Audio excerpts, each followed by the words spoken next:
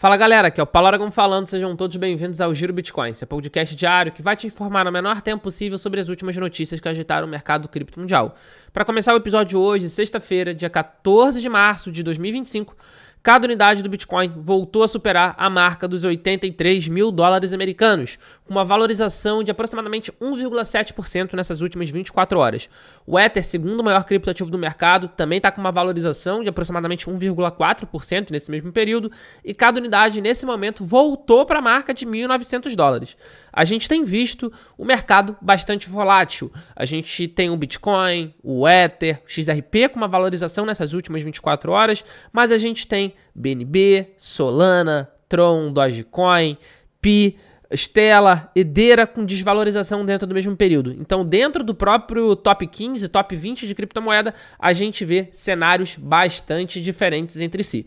Então, o mercado está muito volátil nesses últimos dias, mesmo com os investidores estando um pouco mais calmos e com um pouco menos de medo de uma forma geral. Mas, de qualquer maneira, o índice de medo e ganância continua em medo extremo. É verdade que a gente já teve ao longo dessa semana em índices piores, mas continua com medo extremo. E a gente consegue ver isso também nos ETFs do mercado americano. No ETF de Bitcoin Spot, por exemplo, no dia de ontem, a gente voltou a ter saída. Se na quarta-feira a gente teve uma entrada, um inflow de pequeniníssimo, é verdade, de apenas 22 unidades de Bitcoin, mas um inflow, o dia de ontem a gente voltou a ter outflow. No dia de ontem a gente teve uma saída de 1.981 unidades de BTC. Mesmo cenário do ETF de Ether Spot. A gente teve uma saída gigantesca, foi a maior saída dos últimos tempos.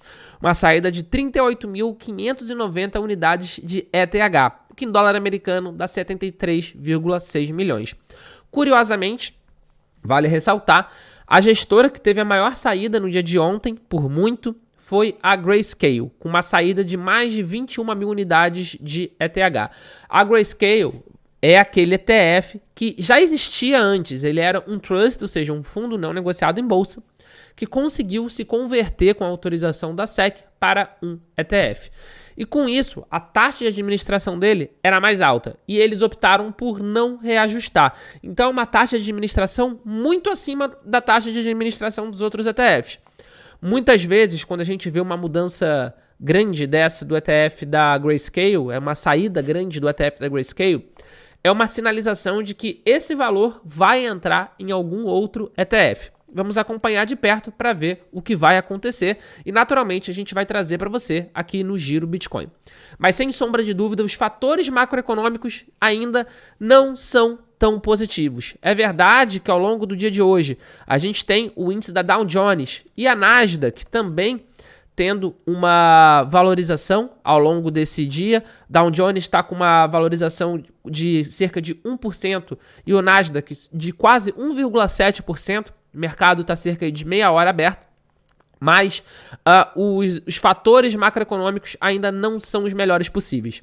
E, inclusive, a gente tem conseguido ver que nesse cenário, enquanto as ações, enquanto o mercado de renda variável tem perdido valor, quem tem se valorizado é o ouro. O ouro, inclusive, está quebrando recorde atrás de recorde. E, além disso, o Fed, que é o Banco Central americano, espera-se que eles cortem a taxa de juros 2 vezes esse ano. A primeira delas somente em setembro. Então, isso ajuda com que as pessoas saiam justamente do capital de risco, da renda variável, e vão para uma renda fixa, busquem uma liquidez, ou até mesmo busquem um metal precioso, como é o caso do ouro.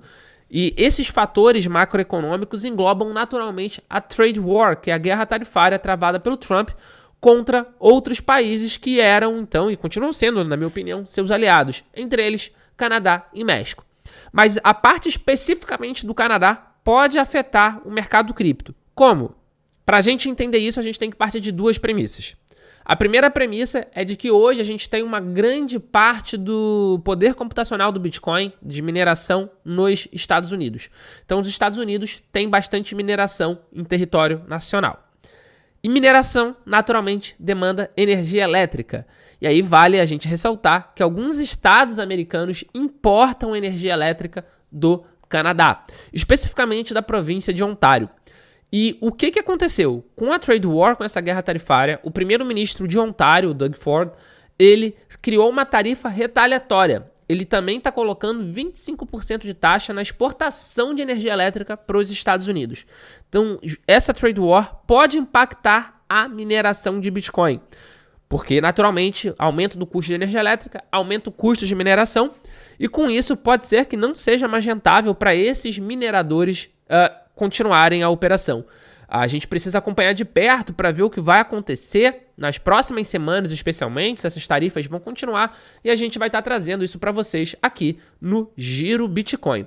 Dando continuidade ao episódio de hoje, mas ainda falando até da questão do Trump, ao longo do dia de ontem rolou um rumor de que alguma empresa por trás do presidente Donald Trump, ligada ao presidente Donald Trump, estaria negociando a aquisição de equity, ou seja, estaria negociando a aquisição de um percentual da Binance US. Isso fez, inclusive, com que a BNB valorizasse ao longo do dia de ontem. Mas o fundador da Binance e o antigo CEO, o CZ, ele negou relatos sobre esse possível acordo entre a família do Donald Trump, entre a empresa da família do Donald Trump e a Binance US. Ele até colocou, desculpe por desapontar, mas o artigo do Wall Street Journal trouxe fatos errados. Ele falou que ele recebeu mais de 20 pessoas perguntando para ele se ele poderia confirmar esse negócio e esse deal, e que não. Ele ainda, inclusive, colocou o seguinte, abre aspas, parece que o artigo é motivado como um ataque ao presidente e às criptomoedas, e as forças residuais da guerra contra as criptomoedas da última administração ainda estão em ação. Ou seja, ele está falando que não tem nenhum deal para acontecer envolvendo as empresas do presidente Donald Trump, as empresas da família do presidente Donald Trump e a Binance US. É claro que não necessariamente ele tem negado, quer dizer que não vai acontecer, mas o que ele falou de que é um ataque ao próprio presidente Trump e à indústria de criptomoeda também é uma hipótese bastante plausível. Mas só quem vai responder, quem está certo, é o tempo. Dando continuidade ao episódio de hoje e agora indo para a Rússia, no dia de ontem a gente trouxe a notícia aqui no Giro Bitcoin de que o Banco Central da Rússia estaria liberando para alguns investidores a compra e venda de criptomoedas, inclusive para algumas empresas. E no dia de hoje saiu um report da Reuters falando que a Rússia está utilizando Bitcoin e o USDT, as stablecoins dólar americano emitida pela Tether, para fazer transações de petróleo com a China e com a Índia. E isso seria uma forma de fugir das sanções econômicas decorrentes da guerra envolvendo a Rússia e a Ucrânia. Ou seja, aparentemente, de acordo com esse relatório da Reuters, a Rússia já está recebendo, já está fazendo transações envolvendo criptomoedas entre países. É verdade que essa é uma das características do Bitcoin. O Bitcoin ele é de fato incensurável. Então a gente consegue sim fugir de sanções econômicas utilizando de fato o Bitcoin. Se ele está sendo utilizado por isso ou não, a gente não sabe, mas a gente vai acompanhar de perto e vai trazer para vocês qualquer outro desenrolar dessa notícia da Reuters. A gente naturalmente não consegue confirmar ainda por fontes oficiais, são fontes próximas ao caso escutada pela Reuters, e qualquer notícia, qualquer follow-up, a gente vai trazer aqui para vocês no Giro Bitcoin. E para fechar o episódio de hoje, duas notícias rápidas que demonstram, mais uma vez, sobre a adoção do Bitcoin por parte dos institucionais. Primeira notícia, a Metaplanet, que já está conhecida como Strategy do Japão, Strategy asiática, comprou 162 BTC, mais 162 BTC. Com isso, eles alcançaram a marca de 3.050 Bitcoin em caixa. E só essa compra fez as ações subirem 8% no dia da divulgação dessa aquisição. E a Rumble, concorrente do YouTube, também comprou mais 17 milhões de dólares em BTC. Com isso, foram adicionados mais 188 Bitcoin em sua tesouraria. É uma estratégia que cada vez mais empresas de capital aberto têm adotado e que a gente tem visto uma valorização acontecendo sempre que eles fazem essa aquisição. A gente viu isso, inclusive, recentemente no Brasil. A Melius, que era empresa famosa por cashback, comprou mais de 4 milhões de dólares em BTC e no dia da divulgação a gente teve a ação da Melius valorizando 20%. Isso é muita coisa, foi muito acima do índice da Ibovespa, por exemplo.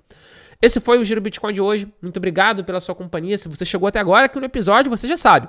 like, 5 estrelinhas se estiver escutando a gente por algum streaming da vida, passa a seguir, ativa o sininho, compartilha no grupo de família, no grupo de Telegram, compartilha no Twitter, compartilha. Ajuda o Giro Bitcoin a existir. O seu compartilhamento, o seu like é essencial para que a gente possa continuar produzindo conteúdo diariamente aqui para você. Muito obrigado de novo pela sua companhia e a gente já tem um encontro marcado aqui no nosso episódio da segunda-feira. Bom final de semana a todo mundo.